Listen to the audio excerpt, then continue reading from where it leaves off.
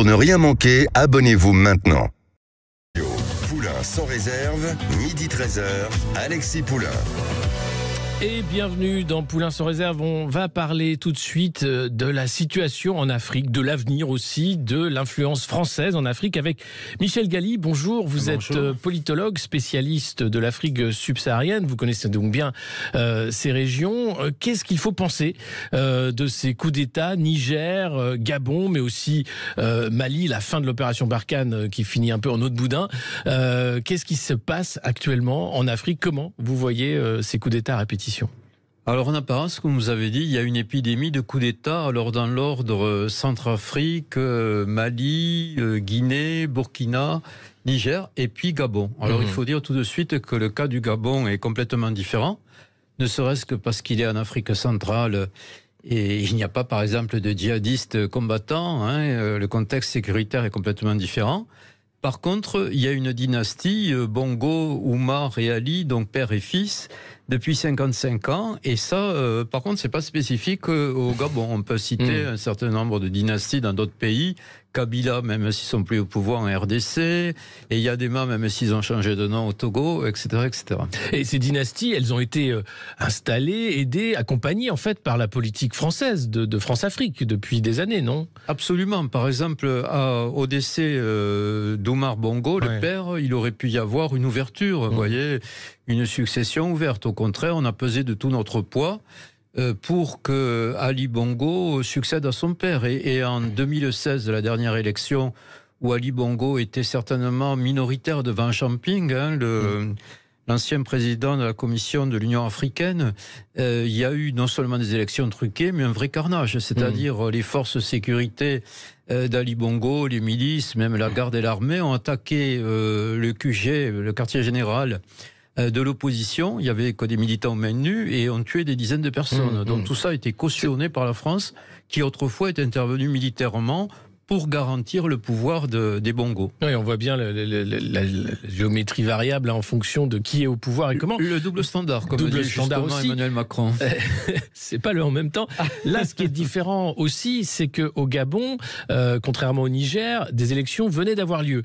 Avec un résultat contesté, 3 jours d'atermoiement, on ne savait pas ce qu'il en était. Et là, les putschistes disent non, ces élections, on ne peut pas cautionner ce résultat.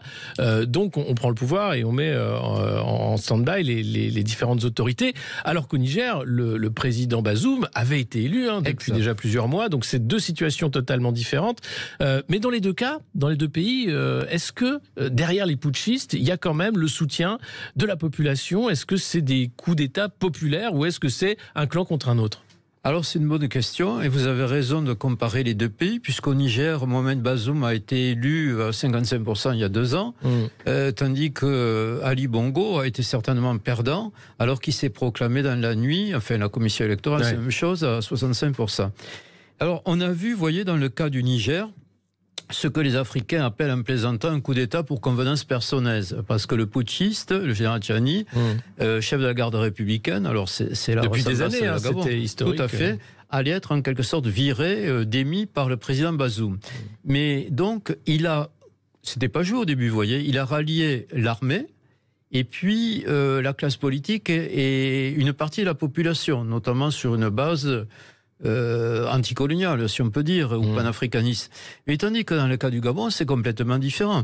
Dès qu'en pleine nuit, vers 6 heures du matin, les putschistes et donc le général Oligui Nguema, le chef de la garde présidentielle, a renversé le régime, comme ils ont dit, la population est sortie. Parce qu'après 55 ans, il n'y avait pas d'alternance. Il y avait des vidéos d'ailleurs très émouvantes où la population des quartiers les plus pauvres, qui n'ont eu que des miettes depuis des années, sort spontanément pour acclamer pas forcément les putschistes, le gouvernement militaire, mais la fin de la dynastie Bongo. Donc c'est deux choses très, très différentes. Lundi, Emmanuel Macron faisait un discours aux ambassadrices et ambassadeurs. Il rappelait le soutien de la France au président élu Bazoum.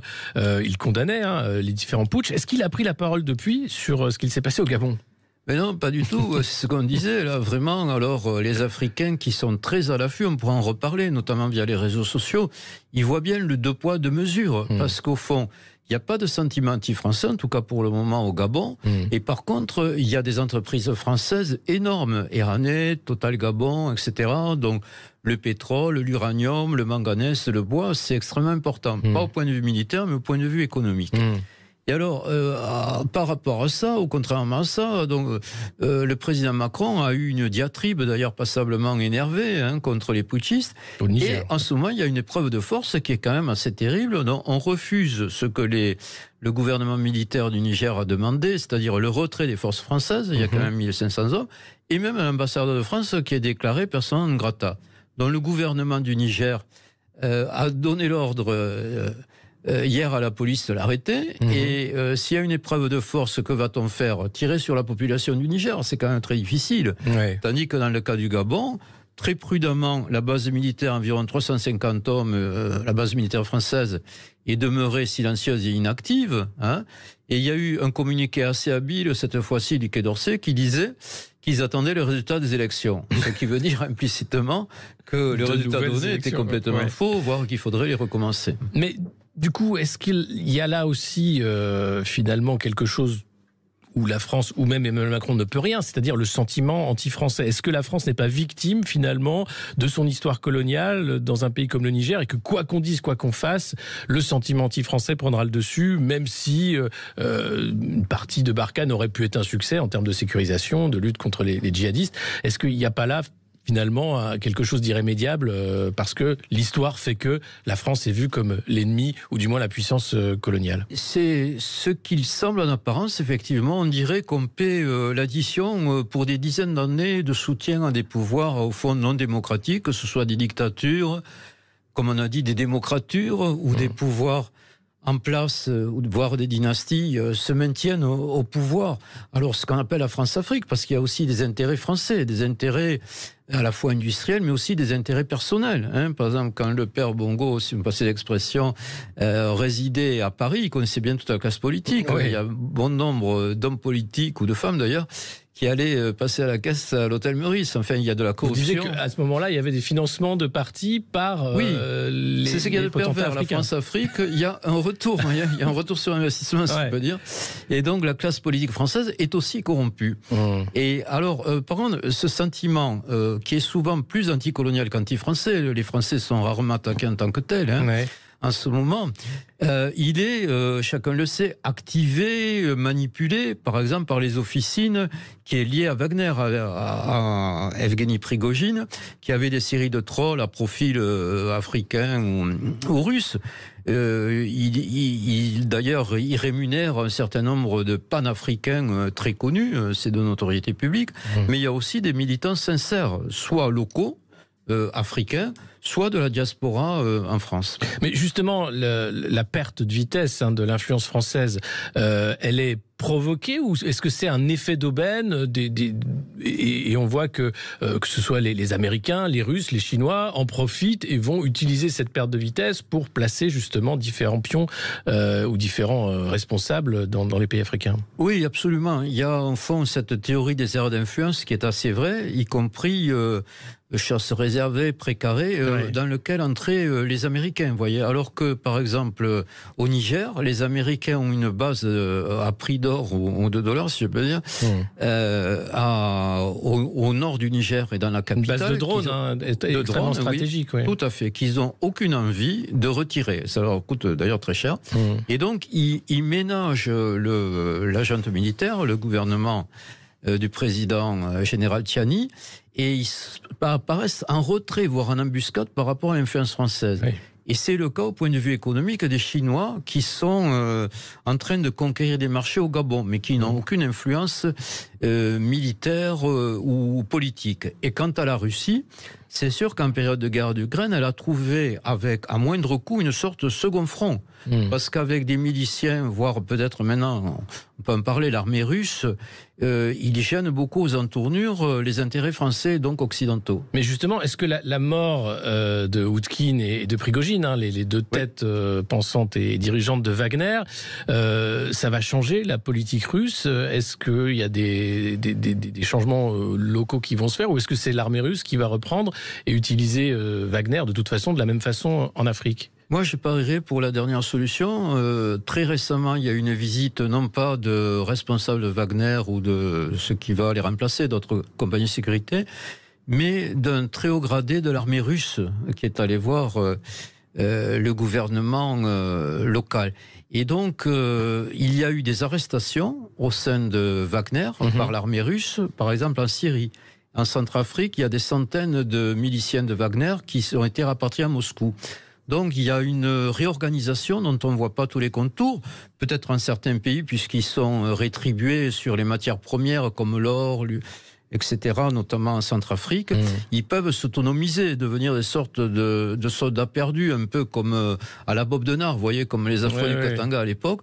Ou alors, ils peuvent être rapatriés et remplacés par des militaires russes. Donc là, tout est en train de se faire. Sur la politique chinoise, là, c'est une politique de long terme, d'acquisition des terres rares, de partenariat économique. Est-ce que c'est eux qui vont finalement l'emporter en termes d'hégémonie ou du moins d'influence, ou est-ce que Américains et Russes sont bien positionnés ? Oui, effectivement, les Chinois, ils sont intéressés par le côté économique et ils ont un curieux jeu d'endettement des pays africains en question, en proposant par exemple des équipements comme des hôpitaux, des autoroutes, etc., en échange par exemple de mines ou de ressources de matières premières. Alors, il y a des pays qui ont vraiment mis à genoux, déjà comme la Zambie, donc tout le monde n'est pas d'accord et voit un peu le danger de cette politique. Pour les Russes, je vous rappelle qu'après la guerre froide, ils avaient des zones d'influence et des alliés, comme par exemple le Zimbabwe, comme par exemple l'Éthiopie. Donc là aussi, il y a un cycle. Et de même, d'ailleurs, pour l'Occident, il y a un cycle de retour au régime militaire, puisqu'après les pères fondateurs des années 60, il y a une série dans les années 70-80 de régimes militaires africains, donc c'est un peu un cycle qui revient. Et en termes de ressources, en termes d'approvisionnement, uranium, or, matières premières, est-ce qu'il y a un danger pour la France, qui voit déjà l'inflation sur de nombreux secteurs, la politique énergétique? Quel est le danger pour la France ? Alors, heureusement, il y a eu une diversification. Par exemple, il y avait un moment où l'uranium d'Arlit au Niger, qui n'a guère profité au pays et aux habitants, représentait plus de 40% des approvisionnements français. Maintenant, c'est descendu entre 15 et 20%. Les chiffres même sont quasi secrets. Mais il y a une diversification avec le Kazakhstan, etc. Et donc, pour le pétrole, il y a aussi du pétrole offshore, au large, par exemple, de la Côte d'Ivoire, du Congo, et d'autres pays que l'Afrique. Il y a une diversification qui a été une sorte de protection contre les coups d'État ou la fragilité des pays africains en question. Mais là, on voit quand même, avec ce qui se passe au Niger, une énorme frilosité de la part de la CEDEAO, de la France. On est très loin de l'interventionnisme à l'époque de Sarkozy en Libye, par exemple. Ou en Côte d'Ivoire. Est-ce que là, c'est des menaces de papier, finalement? Tout est en train de se refaire? Ou est-ce que ça pourrait dégénérer vers une intervention de coalition contre les putschistes? Écoutez, pour la CEDEAO, c'est surtout le président du Nigeria, Bola Tinubu, qui est en avant, mais c'est des menaces verbales pour le moment. Il y aurait des contingents de Côte d'Ivoire, Sénégal et Bénin qui sont très loin de leur base et peu aguerris d'ailleurs aux pays sahéliens. Et ceux qui auraient pu intervenir, comme le Tchad, n'en ont aucune envie. Donc pour le moment, ça me semble assez virtuel, ces menaces d'intervention. Et du coup, la France se retrouve en première ligne et avec une situation qui s'envenime de jour en jour. Et justement, une autre situation qui pourrait peut-être s'envenimer, c'est le cas du Sénégal. Des élections présidentielles doivent avoir lieu en février l'an prochain. L'opposant principal, Ousmane Sonko, est en prison pour des affaires de mœurs, selon le ministère de la Justice. Est-ce que la France va suivre de très près ce qui se passe au Sénégal, et est-ce que là encore, c'est une situation qui pourrait devenir hors de contrôle ? Absolument. Alors, il y a une sorte de logique géopolitique, à la fois d'ailleurs de l'avancée des djihadistes dans tout ce Sahel vers le golfe de Guinée, et puis de cet effet domino qui fait que les pays les plus pro-occidentaux sont les plus menacés. Non seulement Sénégal, comme vous avez dit, mais aussi Côte d'Ivoire, où le pouvoir maîtrise peut-être 30% de la population, des électeurs en tout cas. Et donc, chaque fois qu'il y a des élections, soit il y a de la violence, soit c'est truqué. Et alors en même temps, ce qui se passe dans tous les régimes sahéliens où il y a eu des coups d'État et le Gabon, on phosphore beaucoup dans les palais présidentiels. Ça serait peut-être caricatural, mais le jour même du coup d'État au Gabon, Kagame du Rwanda et Paul Biya du Cameroun ont fait la nuit même des changements dans leur armée, en mettant de côté un certain nombre d'individus, en donnant la promotion à d'autres. Donc, on voit bien que, comme vous avez dit, à la prochaine élection, les gouvernants locaux et leurs correspondants français vont se faire beaucoup de soucis. Mais écoutez, on va suivre l'information de près et voir ce qui se passe dans les jours qui viennent au Niger, au Gabon et surtout au Sénégal pour l'an prochain. Merci beaucoup pour cet éclairage, Michel Galli. On ne manquera pas d'en reparler à cette antenne. Merci à vous. On se retrouve dans un instant pour la suite avec l'édito dans Poulain sans réserve. On va parler de la potentialité, peut-être, allez savoir, d'un troisième mandat, au moins d'une troisième candidature d'Emmanuel Macron. À tout de suite. Jusqu'au 4 septembre, voir conditions sur conforama.fr. Sud Radio, Poulain sans réserve, midi 13h, Alexis Poulain.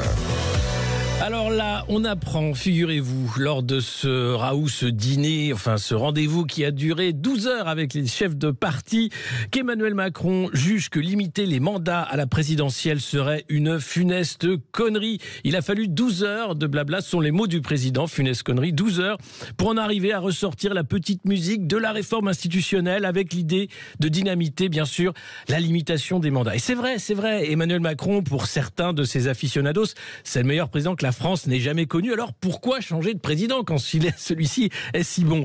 Alors, c'est pas la première fois qu'on a cette petite musique sur « et si on avait une troisième candidature, et si un troisième mandat était possible ?» Ce serait tellement bien. Rappelez-vous, c'était en juin dernier, Richard Ferrand, ancien président de l'Assemblée nationale, un des proches d'Emmanuel Macron, à l'origine de la fondation de En Marche, déplorait lors d'un entretien au Figaro que le chef de l'État ne puisse se représenter en 2027. Il disait qu'il faudrait réformer la Constitution. À titre personnel, disait-il, je regrette tout ce qui bride la libre expression de la souveraineté populaire, et il déplorait la limitation du mandat présidentiel qui, selon ses dires, corsette la vie publique. Et puis, ne ratant jamais aucune occasion de rebondir dans le débat public, il y avait l'ancienne ministre de la Culture d'Emmanuel Macron, ancienne ministre de la Santé, on ne la présente plus, Roselyne Bachelot, qui lui emboîtait le pas. On écoute ce qu'elle disait au micro de Public Sénat. Je dois dire que tout le monde peut se retrouver dans cette proposition de Richard Ferrand qui n'a pas pour but d'offrir un troisième mandat à Emmanuel Macron parce qu'il ne peut lui offrir qu'une troisième candidature et non pas un troisième mandat. Donc tout le monde est d'accord pour la troisième candidature de Emmanuel Macron. Ceux qui veulent le réélire et ceux qui veulent le battre. Parce que finalement, ce qui va être absolument déceptif pour les opposants à Emmanuel Macron, c'est qu'ils ne pourront pas lui régler son compte en 2027. Vous vous rendez compte, la tristesse? Mais bien sûr, tout le monde veut que Emmanuel Macron puisse se représenter. Mais bien sûr, tout le monde veut qu'Emmanuel Macron puisse se représenter. Vous aussi, j'imagine. Tout le monde, nous dit Roselyne. Et c'est vrai, ce serait l'occasion de refaire encore un match avec Emmanuel Macron. Alors, bien sûr, il y a eu Roselyne Bachelot, il y a eu Richard Ferrand, mais il y a encore un dernier qui a ajouté une petite pièce, une petite briquette à l'édifice pour préparer le terrain à une potentielle troisième candidature d'Emmanuel Macron. Et c'est l'ancien Premier ministre de Jacques Chirac, Jean-Pierre Raffarin, qui s'y collait. On l'écoute. Je pense qu'il faut revenir sur cette idée où on empêche le président de se représenter. Moi, je l'ai vécu autour de 2004-2005.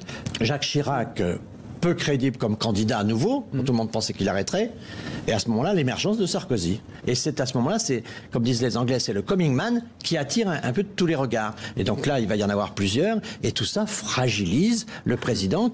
Ah là là, sacré Jean-Pierre, on voit sa maîtrise de l'anglais, Vous vous rappelez The Yes Needs the No to Win. Là, il parle de coming man. Alors, il n'y a pas un coming man pour 2027, mais des coming men, ils sont nombreux. On parle de Gérald Darmanin, on parle d'Édouard Philippe, on parle de Bruno Le Maire, on parle de Laurent Wauquiez. Tous ces coming men qui seraient tellement déçus si finalement Emmanuel Macron se représentait. On le voit, ils sont nombreux à penser déjà à 2027 en se rasant le matin, y compris l'hôte actuel de l'Élysée. Voilà, donc on verra ce qu'il en est de cette réforme réforme constitutionnelle. On va se retrouver dans un instant pour parler de la rentrée qui n'a jamais été aussi chère avec notre deuxième invité Grégory Carré de l'UFC Que Choisir. On se retrouve tout de suite. Bagages et sport, valable dans vos hypermarchés Auchan participants et sur Auchan.fr. Conditions en magasin. Sud Radio, Poulain sans réserve, midi 13h, Alexis Poulain. Et on se retrouve tout de suite pour parler de l'inflation, du prix de cette rentrée qui n'a jamais été aussi cher. Une étude de l'UFC Que Choisir qui vient de sortir qui nous montre que se nourrir coûte 25% plus cher qu'en janvier 2027. L'inflation continue d'impacter le portefeuille des Français avec des prix qui sont toujours à la hausse, y compris dans l'alimentaire. Si ça ralentit, ça reste élevé. Le ministre de l'économie, Bruno Le Maire, a annoncé que les prix de 5000 produits n'augmenteront pas ou vont baisser, mais attention, en janvier 2024. Il essaye de voir comment réunir industriels et distributeurs. En tout cas, ce qu'on voit, c'est que les dividendes, eux, se portent très bien, notamment en France, puisque c'est près de 30% des dividendes en Europe. La tendance a été très marquée, avec un record, encore une fois, à 49,5 milliards de dollars de dividendes en France, puisque c'est parfois le prix et les prix à la hausse qui alimente l'inflation. Et il y a un truc qui n'augmente pas, c'est les salaires. Alors pour en parler avec nous, on a Grégory Carré en plateau de l'UFC Que Choisir. Bonjour. Bonjour. Merci d'être avec nous. Alors, le ministre Bruno Le Maire vous a traité de malhonnête, l'UFC Que Choisir. Pourquoi ? Qu'est-ce qui s'est passé ? C'était il y a quelques mois, il y avait le ministre et avec sa ministre déléguée Olivia Grégoire avait lancé l'initiative des trimestres anti-inflation. Et donc on n'était pas tout à fait en phase sur l'impact de cette mesure. Le ministre il voulait y voir des signes encourageants et nous on était plutôt pessimistes et plutôt réservé sur l'impact de la mesure. Je dirais malheureusement pour les consommateurs, les chiffres nous ont donné raison, c'est-à-dire que l'inflation n'a fait qu'augmenter au premier trimestre et la mesure n'a pas permis du tout de juguler l'inflation, à tel point qu'aujourd'hui on est dans un second round de communication du ministre en essayant maintenant de vraiment limiter l'inflation, voire même de la diminuer. Voilà. Mais alors, c'est-à-dire que jusqu'à présent, tout ce qu'a fait Bruno Le Maire a été inutile ou du moins a eu un impact plus que limité, voire négatif ? Ouais, on n'est pas dans une économie régulée, donc de toute façon, le champ des possibles pour le ministre reste relativement limité. Il y a des cadres de la loi. D'ailleurs, il a fait un certain nombre d'annonces hier. Une des annonces, c'était d'accélérer les négociations commerciales.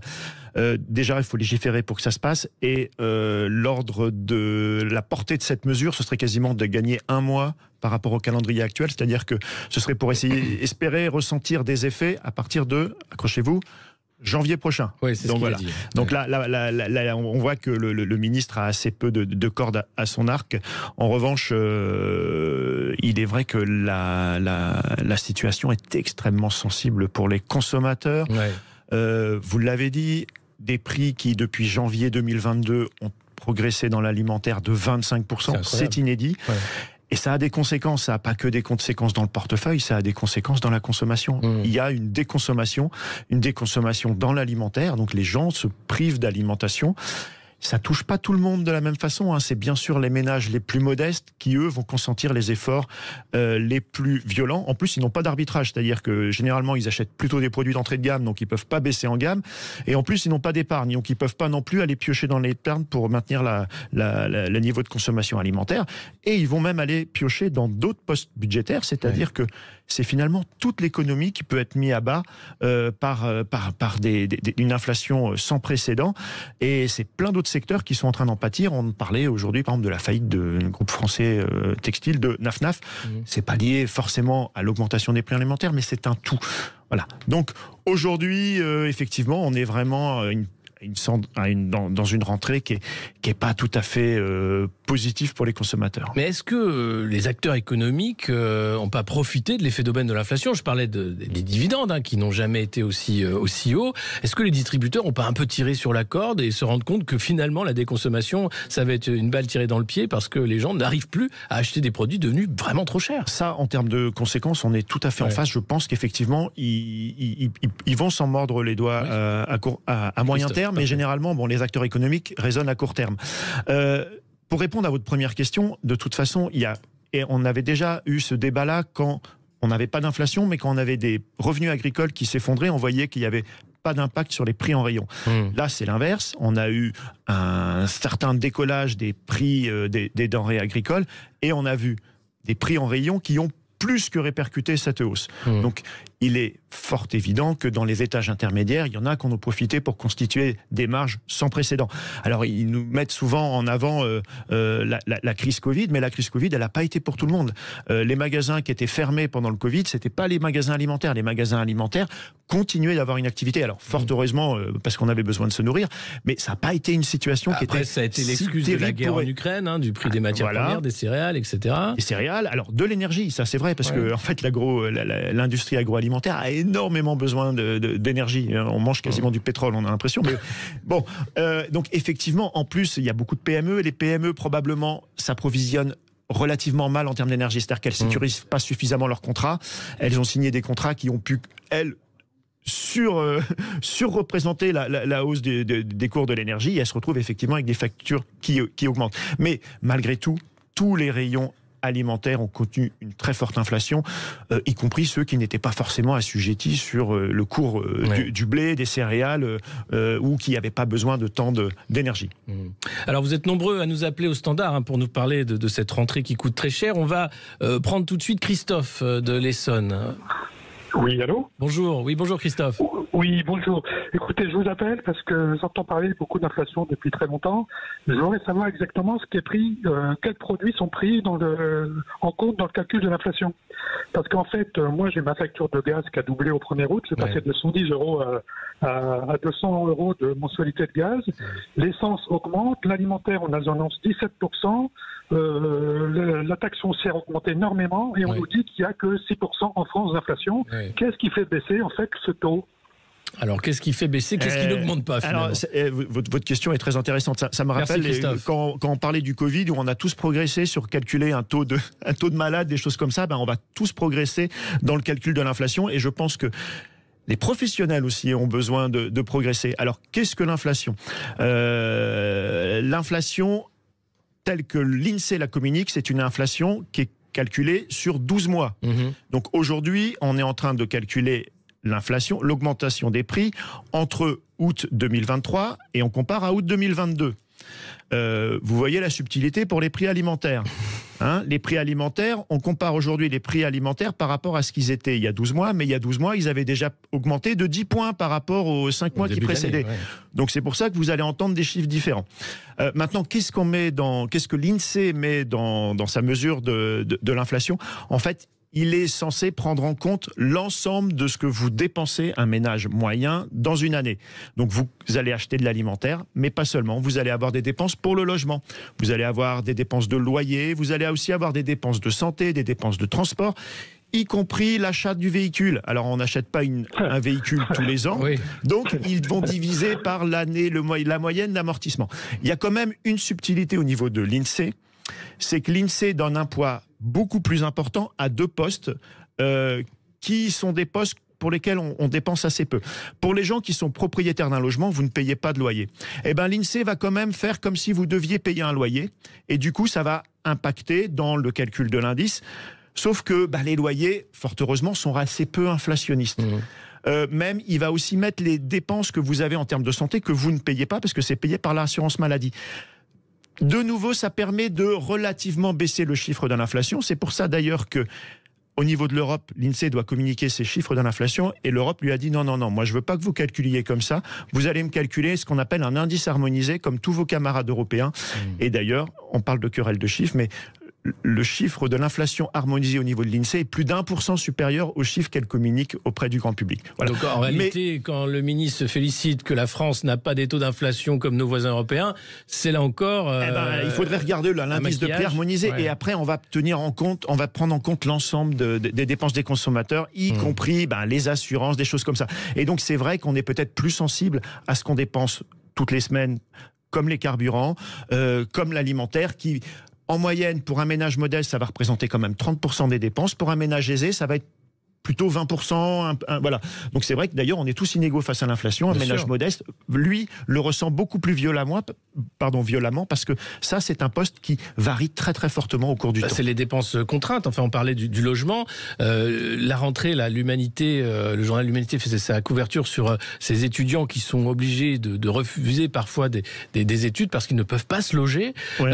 On a vu, après le Covid, les files d'attente devant les banques alimentaires des étudiants. Est-ce qu'il n'y a pas là un problème aussi sur l'allocation de rentrée qui ne va pas suivre? Enfin, quand on est parent, qu'on a des enfants qui sont en âge de faire des études ou qui sont à l'école, combien ça coûte cette rentrée et est-ce que ça ne va pas être encore une autre catastrophe sociale en préparation? Alors effectivement, les prix... Alors, nous, on a travaillé que sur les fournitures, parce que pour les étudiants, c'est autre chose. Les fournitures ont pris 11% en un an. Rien que les fournitures, donc les fournitures scolaires, cahiers, cartables, etc. Ce que vous avez sur la liste du ministère de l'Éducation nationale. On a pris la liste et puis nous, on allait regarder les prix des marques nationales et des marques de distributeurs. Donc 11% sur un an, même l'État n'est pas capable de suivre, parce que l'allocation scolaire, elle a fait 5,6%. Donc vous voyez, même l'État a du mal à suivre. Donc imaginez effectivement pour un ménage qui n'a pas de marge d'arbitrage. Elle est de combien l'allocation de rentrée scolaire? Plus 5,6%. Le montant, je serais... Vous pouvez pas le dire. Je ne devrais pas vous dire des bêtises. Parce que je me rappelle, à l'époque où il n'y avait pas cette inflation, il y avait des débats surréalistes sur les écrans plats que les parents achetaient avec cette allocation. On en est loin aujourd'hui. Est-ce qu'il y a des baisses en vue? On en parlait à l'instant. Alors, est-ce qu'il y a des baisses en vue? Alors, on va parler de l'alimentaire. Est-ce qu'il y a des baisses en vue? Bon. Vous avez des milliers et des milliers de références en magasin. Quand on vous dit il y a 5000 références qui vont se stabiliser, voire diminuer, alors déjà, il y a une grande nuance entre les deux termes. 5000, 5000, ça paraît un chiffre énorme, mais 5000, c'est pas beaucoup. Parce que nous, on relève des prix tous les jours à l'UFC Que Choisir. On relève les prix tous les jours en grande surface. Dans une enseigne donnée, vous avez entre 50 000 et 70 000 références. Rien qu'une enseigne. Donc voilà, rien qu'une enseigne. Vous multipliez par le nombre d'enseignes, vous imaginez le nombre de références qu'il y a. Donc, c'est quand même assez facile d'aller piocher 5000 références. Ne vous attendez pas demain matin dans votre supermarché à trouver ces 5000 références. Ces 5000 références, elles sont réparties entre une dizaine d'acteurs. Ça veut dire que vous êtes entre 500 et 1000 références dans un magasin. Et un magasin, il est libre de mettre ce qu'il veut dans l'assortiment de son enseigne. Je vous ai dit, il y a 70 000 références dans une enseigne. Le magasin, il ne met pas les 70 000. Donc, quel produit on va trouver dedans? On ne sait pas. Très probablement, vous aurez beaucoup de marques de distributeurs. Et l'engagement, il n'est pas très ferme. C'est stabilité ou diminution. La nuance est assez importante. Et puis même diminution, qu'est-ce que ça veut dire? Je vous dis, les prix ont pris 25%. On ne retrouvera pas les moins 25%. Tout le monde, enfin tous les acteurs économiques nous l'annoncent très clairement. Que ce soit les transformateurs ou les distributeurs, vous ne la retrouverez pas. Les distributeurs, en plus, jouent le jeu de manière assez opaque parce qu'il n'y a pas de coin dans les magasins où on va dire, là, allez-y, c'est le coin anti-inflation. Il faut aller chercher les différents produits. Il y a le jeu aussi des producteurs qui font qu'ils baissent en réalité le nombre de produits, le nombre de gâteaux, le poids des pâtes, enfin, qui jouent sur le packaging pour faire croire que finalement ça a baissé alors qu'en réalité vous achetez moins de produits. Tout ça, c'est très opaque et on a l'impression d'un jeu de dupes. Oui, alors les techniques marketing, c'est pas nouveau en termes d'inflation. D'ailleurs, c'est plutôt en période de non-inflation. C'est une façon de vous faire augmenter votre panier sans que vous le sentiez. Vous savez, on est tous les deux pas très bien rasés, mais avant on avait des rasoirs de lames, maintenant il y a 5 lames. Voilà. Incroyable. Ça, c'est une façon de faire augmenter le panier de dépenses. D'ailleurs, on n'est pas mieux rasé avec 5 lames. Pour le downsizing, vous savez le terme que le ministre a employé, la réduflation pour faire un néologisme monstrueux français, c'était le fait de diminuer le packaging en laissant penser que le prix n'avait pas augmenté, alors que le prix au kilo a plutôt augmenté. Ça c'est une mesure qui existe depuis la nuit des temps, qui n'est pas propre à l'inflation. Là, l'inflation, elle n'est pas cachée, elle est monstrueuse, énorme et intenable pour les consommateurs. Oui, c'est clair. C'est pas un sentiment d'inflation, vous le vivez vraiment. On va prendre un deuxième auditeur qui nous a appelé. Vous êtes nombreux à appeler ce matin. Emmanuel de Pessac, bonjour. Bonjour à toute l'équipe, bonjour Alexis, bonjour Emmanuel. Ça vous fait rire à chaque fois. Oui, alors moi j'ai ma fille qui travaille dans une des 4 grandes enseignes que je citerai évidemment pas de la grande distribution. Elle est responsable de rayon sur un rayon fruits et légumes. Donc c'est un indépendant, parce que dans les grandes surfaces, vous avez les indépendants, les intégrés. Les intégrés dépendent d'une centrale nationale, les indépendants, c'est leur commerce, mais ils dépendent aussi de la centrale. Voilà, c'est juste pour expliquer la différence. Et son patron lui dit, alors je connais pas pour les autres rayons, mais sur les fruits et légumes, il dit, j'ai les prix de la centrale, donc ils sont déjà margés, qui lui viennent. Et il lui dit, tu fais plus 30. Voilà. Alors, vous avez ce genre de retour aussi Non, et le ministre ne l'a pas non plus, parce que dans les propositions, on a parlé des 5 mois de produits, il y a une autre proposition qui était justement que les baisses consenties par les fabricants soient immédiatement répercuté en rayon. Alors, moi, je lui souhaite bon courage. Secret des affaires, moi, je ne le connais pas. Ouais. Moi, ce que je peux regarder, ce que j'aime bien regarder, c'est le cours des matières premières et les prix en rayon. Hein. Les prix agricoles et les prix en rayon. Donc, à un moment, quand les prix étaient stables pour les consommateurs, ça a été le cas dans plusieurs années, c'était les prix payés aux agriculteurs qui diminuaient. Ouais. Voilà. Et le gouvernement, lui, on lui a dit, il faudrait peut-être essayer de savoir où disparaît la marge. Alors, il a créé un observatoire des prix et des marges. Extraordinaire institution qui n'a jamais réussi à trouver le fin mot et qui a conclu fin d'année dernière en nous disant il n'y a pas de constitution de marge abusive des fournisseurs et des distributeurs, ils ont plutôt amorti l'inflation. Ouais. Bon, les chiffres leur donnent tort, donc malheureusement on n'attendait nous pas grand-chose de cet observatoire, mais ça n'a pas permis de trancher. Donc le ministre, lui, dit maintenant je vais essayer d'aller enquêter, donc il va envoyer la répression des fraudes sur le terrain. Le problème, c'est, je vous dis, il y a des centaines de milliers de références, il y a des acteurs, il y en a par milliers. Hein. Nous, des grandes surfaces, on en enquête 6000 tous les jours. Donc, je ne sais pas comment la répression des fraudes va le faire, mais en tout cas, elle s'engageait à aller le vérifier. Donc j'espère que ce n'est pas que de l'effet d'annonce, qu'il y aura des sanctions et pourquoi pas du naming and shaming. On verra. Merci Emmanuel. Alors est-ce que vous, aujourd'hui, vous avez l'impression que le gouvernement est pleinement mobilisé sur cette question de l'inflation qui préoccupe quand même en numéro 1 les Français, ou est-ce que c'est vraiment de l'improvisation, de la communication, plutôt qu'un vrai sujet politique et qui est en haut de l'agenda pour le gouvernement ? Alors... je pense qu'il est relativement mobilisé. L'année dernière, il y avait quand même un envolé des prix de l'énergie et il y a eu quand même un bouclier tarifaire pour les consommateurs. Là, on ne peut pas le nier. D'ailleurs, vous savez, la différence entre les PME et les consommateurs, c'est que les PME n'ont pas bénéficié de ce bouclier énergétique et certaines ont des factures qui s'envolent. Ouais. Nous, ça décolle. Hein. Enfin, l'électricité, plus 27% en un an. C'est énorme. Malgré tout, c'est moins pire apparemment que ce qu'on devrait avoir. Parce que le marché aujourd'hui est mondialisé, parce que EDF, qui est un producteur qu'on a payé avec nos impôts, est obligé d'exporter une partie de sa production, donc nous, et de racheter. Donc voilà, donc nous on est perdant-perdant, mais malgré tout, semble-t-il, pour l'énergie, il y a eu un certain nombre d'efforts qui ont été menés. Je pense que dans l'alimentaire, en revanche, ils ne savent pas trop quoi faire. Ils sont un peu désarmés. Je pense qu'ils s'inquiètent quand même, parce que quand les prix augmentent, que les gens râlent, ça fait peur. Hein, il y a des précédents dans l'histoire, oui. Donc ça fait peur. Il y a eu les gilets jaunes. Je vous rappelle que quand les gilets jaunes se sont mobilisés, on n'était pas dans une situation qui n'avait rien à voir. Les prix du carburant, mais on serait très content de payer les prix actuels. Et l'inflation alimentaire, elle était quasiment inexistante. Donc je pense qu'ils ont très peur. Et puis ils ont aussi très peur pour l'économie, parce que c'est tous les autres pans de l'économie qui sont concernés. Chez Que Choisir, on teste des produits, donc on sait quand les gens viennent consulter nos tests pour acheter.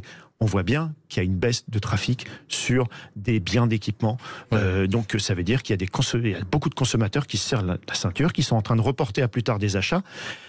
Si les entreprises ne trouvent pas de débouchés, on a quand même aussi un peu peur pour l'emploi dans la foulée. Et donc, je pense que le ministre, il a tout intérêt à ce qu'il n'y ait pas un effondrement de la consommation. Hein. C'est même pas être keynésien, là. C'est simplement soutenir la consommation d'une manière ou d'une autre et arriver à ce que les différentes entreprises trouvent des débouchés. Mais, enfin... Est-ce qu'il y a une lueur d'espoir ? Parce qu'on a l'impression qu'on ne retrouvera jamais des prix d'avant l'inflation. On a l'impression que tous les trimestres, on a un ministre qui nous dit « Oui, le pic est passé, il est derrière nous ». En réalité, ça augmente toujours. Est-ce qu'il y a quand même des bonnes nouvelles pour sortir de cette spirale inflationniste ? Malheureusement, les annonces que j'ai entendues des professionnels ne m'encouragent pas à beaucoup d'espoir. C'est-à-dire que les représentants des fabricants, des industriels et des distributeurs nous promettent des baisses qui sont quand même toutes relatives. Donc vraiment, semble-t-il, effectivement, les prix bas, on ne retrouvera pas les prix d'antan dans l'alimentaire, en tout cas, on nous le promet. Maintenant, le consommateur peut avoir un rôle à jouer, hein, c'est un arbitre, c'est-à-dire que il y a peut-être des enseignes qui jouent mieux le jeu que d'autres. Alors, faut pas croire, c'est pas celles qui communiquent le plus fort, hein, c'est pas celles qui crient le plus fort qui font les meilleurs prix, forcément, mais faites votre jeu d'arbitre. aller chez ceux qui proposent les prix les plus bas. Ça les incitera au moins à réagir, parce que sous couvert quand même de l'inflation des denrées alimentaires, de la guerre en Ukraine, on a accepter certaines hausses de prix qui, finalement, quand on regarde les données économiques aujourd'hui, nous semblent finalement pas si justifiées que ça. Vous avez parlé des résultats très confortables de certaines multinationales. Ouais. Donc, vraiment, il y en a qui effectivement ont réussi à bien faire leur beurre.